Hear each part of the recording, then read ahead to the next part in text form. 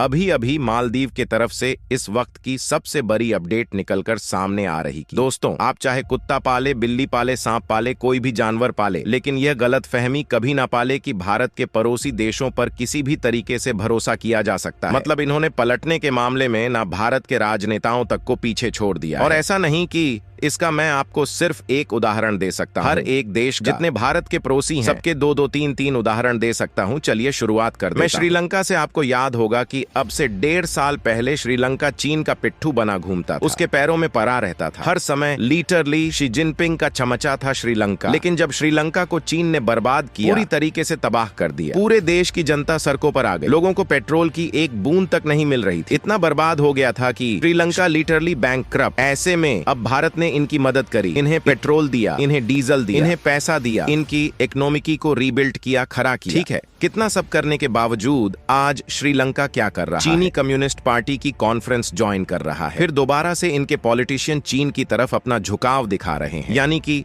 जब हालत ठीक हुई फिर से वही कर रहे हैं, चीन के पिट्ठू बनने की कोशिश। बात करें मालदीव की, मालदीव आपको याद होगा कि अब से 6 महीना पहले तक पूरी तरीके से प्रो चाइना हो चुका था। इनके जो मिनिस्टर थे, इनके जो राष्ट्रपति थे, सारे एंटी इंडिया कमेंट कर रहे थे।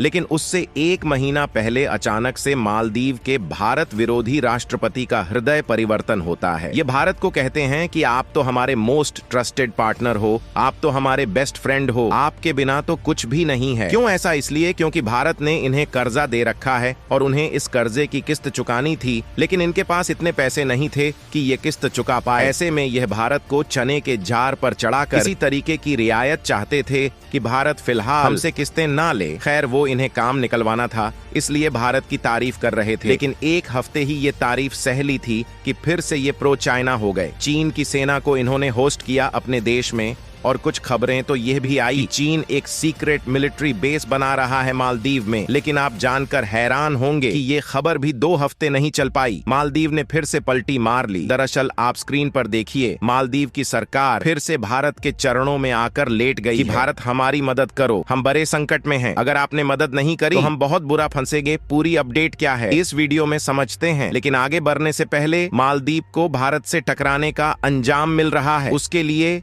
वीडियो को एक लाइक करके चैनल को सब्सक्राइब जरूर कर लीजिए और कमेंट्स बॉक्स में जय हिंद जय भारत जरूर लिखें। चलिए दोस्तों, हम अपने टॉपिक पर आते हैं। दोस्तों, मालदीव ने जो सोचकर भारत से पंगा लिया था, उसकी सोच उल्टा मालदीव को बर्बादी की ओर धकेल रही है। और मालदीव की अर्थव्यवस्था के हालात यह हो गए हैं कि मालदीव पूरी तरह से सड़कों पर आ चुका है और मालदीव के राष्ट्रपति मोहम्मद मुइज्जू दोबारा से भारत के साथ अपने रिलेशन को ठीक करना चाहता है। इसीलिए मोहम्मद मुइज्जू धीरे धीरे भारत के लिए दोस्ती का हाथ आगे बढ़ा रहे हैं और फूड प्रोडक्ट और टूरिस्ट सेक्टर पर अपनी डिपेंडेंसी को दोबारा से भारत पर शिफ्ट करना चाहते हैं।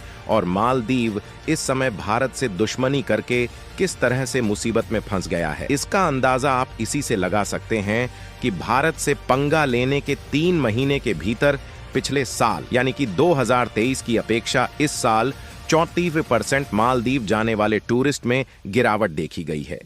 भारत और मालदीव के बीच इस साल की शुरुआत से विवाद बना हुआ है, जहां दोनों देशों के बीच जारी तनाव का नुकसान कहीं ना कहीं मालदीव को हो रहा है, क्योंकि भारतीय पर्यटकों की संख्या लगातार कम होती जा रही है। ऐसे में मालदीव उन्हें फिर से लुभाने के लिए भारत के प्रमुख शहरों में रोड शो करने जा रहा है। और हाल ही में एक खबर निकल कर आई कि मालदीव भारत की ओर झुकता हुआ नजर आ रहा है। और बिजनेस स्टैंडर्ड की इस रिपोर्ट के मुताबिक मालदीव जल्द ही भारतीय शहरों की सड़कों पर आकर मालदीव में टूरिस्ट जाने का रोड शो करने जा रहा है।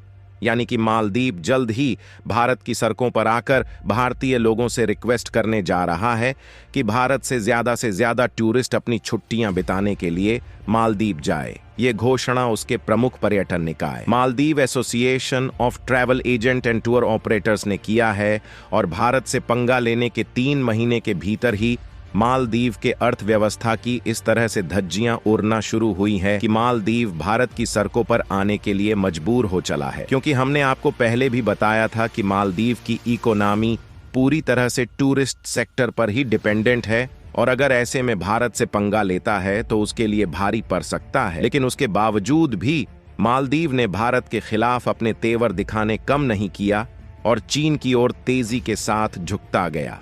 और जनवरी 2024 के बाद से मालदीव जाने वाले भारतीय पर्यटकों की संख्या बहुत कम हुई है। इसकी वजह प्रधानमंत्री नरेंद्र मोदी पर मालदीव के 3 मंत्रियों द्वारा की गई आपत्तिजनक टिप्पणी को माना जा रहा है, क्योंकि भारत के प्रधानमंत्री नरेंद्र मोदी के लक्षद्वीप दौरे पर जाने के बाद मालदीव के 3 मंत्रियों ने भारत के प्रधानमंत्री को भला बुरा बताया, जिसके बाद मालदीव जाने वाले टूरिस्ट ने मालदीव को बायकॉट करना शुरू कर दिया। आपको बता दें कि मालदीव की टूरिज्म मिनिस्ट्री के मुताबिक जनवरी से मार्च 2023 में 56,000 से ज्यादा भारतीय टूरिस्ट मालदीव पहुंचे थे। वहीं इस बार साल 2024 में जनवरी से 10 अप्रैल तक सिर्फ 37,000 ही भारतीय टूरिस्ट मालदीव गए। यानी कि आंकड़ों के मुताबिक इस साल 3 महीने के भीतर मालदीव जाने वाले इंडियन टूरिस्ट में 34% गिरावट देखी गई और भारत के द्वारा मालदीव को दिए गए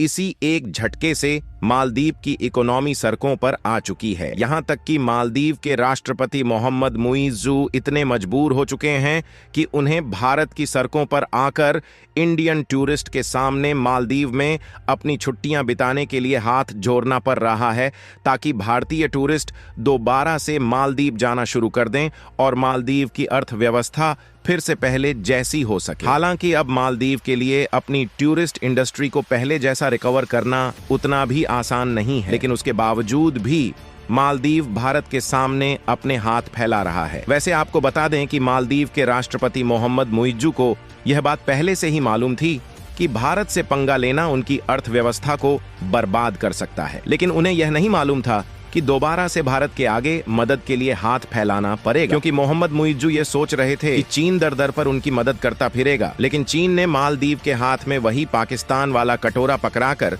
मालदीव की ओर से अपने हाथ को इस तरह से खींचा कि उससे मालदीव के अर्थव्यवस्था की खटिया खड़ी होना शुरू हो गई है। इसीलिए मालदीव के राष्ट्रपति मोहम्मद मुइज्जू दोबारा से भारत की ओर झुकना शुरू हो गए हैं। इसके अलावा मालदीव दोबारा भारत से गेहूं, चावल, दाल और आलू समेत सभी फूड प्रोडक्ट की सप्लाई चाहता है, ताकि वह भारत पर अपनी डिपेंडेंसी को कायम रख सके। जबकि मालदीव और भारत की तनातनी के बीच मालदीव ने भारत के बजाय तुर्की से गेहूं, चावल और दाल जैसे अन्य अनाजों को इंपोर्ट करना शुरू कर दिया था। लेकिन शायद तुर्की की महंगाई ने मालदीव में अनाजों की सप्लाई करने से हाथ खड़ा कर दिया, इसलिए मालदीव ने भारत से अनाजों की सप्लाई के लिए रिक्वेस्ट किया और भारत ने इस मौके को न गंवाते हुए गेहूं, चावल और दाल की सप्लाई दोबारा से मालदीव में चालू कर दिया, ताकि भारत की पकड़ मालदीव में बनी रहे।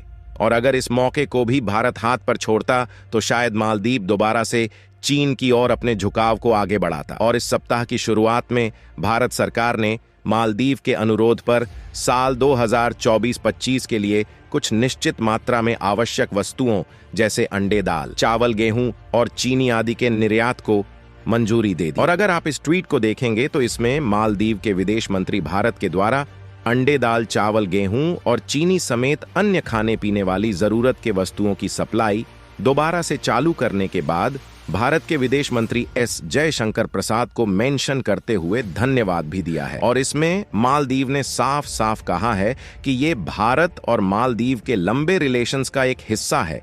यानी कि इन सब बातों से साफ साफ जाहिर है कि मालदीव, जो अभी तक भारत के विरोध में जुटा हुआ था, वह चीन को छोड़कर भारत की ओर अपने हाथ को आगे बढ़ा रहा है। जहां मालदीव के भारत की ओर दोस्ती का हाथ बढ़ाने से भारत ने भी मालदीव को ईद की बधाई दिया है। बाकी मालदीव के राष्ट्रपति मोहम्मद मुइज्जू, जो भारत की सड़कों पर इंडियन टूरिस्ट की मदद मांगने के लिए अपने कदम आगे बढ़ा रहा है, उसके लिए वीडियो को एक लाइक करके अपने मित्रों तक शेयर करें, ताकि उन्हें भी जानकारी मिल सके। और दोस्तों, मेरे वीडियो को देखते हैं लेकिन सब्सक्राइब नहीं करते हैं, प्लीज मेरे चैनल को सब्सक्राइब कर दें और बेल आइकन को ऑल पर सिलेक्ट करना बिल्कुल ना भूलें। मिलते हैं किसी और नॉलेजेबल वीडियो के साथ। वीडियो को अंत तक देखने के लिए बहुत बहुत धन्यवाद। जय श्री खाटू श्याम जी।